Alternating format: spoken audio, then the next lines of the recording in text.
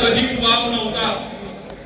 आपण आपल्याला लेकीला पूजणारी लोक, लेकीला मान देणारी लोक, सुनांचे लाड करणारी लोक, बायकोला मान देणारी लोक आणि आईच्या शब्दाच्या पुढे न जाणारी लोक, असं असताना जर का आपल्या समाजात, आपल्या कुटुंबात जर का एखाद्या स्त्रीचा मानसिक छळ, शारीरिक छळ होत असेल तर तो समाजासाठी कलंक आहे.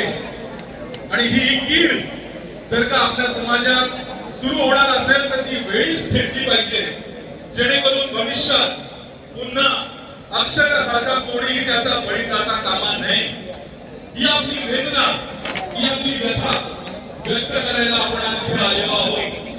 इतकंच नव्हे तर आपला मानसिक छळ झाल्यामुळे, मानसिक तणाव आल्यामुळे कुठेतरी शांतता मिळाली पाहिजे, कुठेतरी आपल्या मनाची अस्वस्थता दूर झाली पाहिजे. आणि ती अस्वस्थता दूर करण्यासाठी आपल्या सगळ्यांसाठी जो एक शेवटचा उपाय असतो तो असतो देवाचं घर, ते असतं देवाचं दार. त्या देवाच्या दारामध्ये आपल्या सगळ्यांना शांती मिळते. न्याय द्या, न्याय द्या.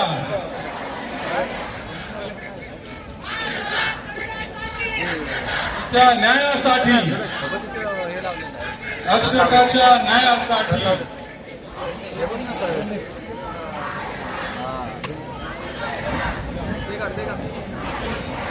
सगळ्यांना विनंती आहे की आपल्या कार्यक्रमाची आता सांगता होत आहे.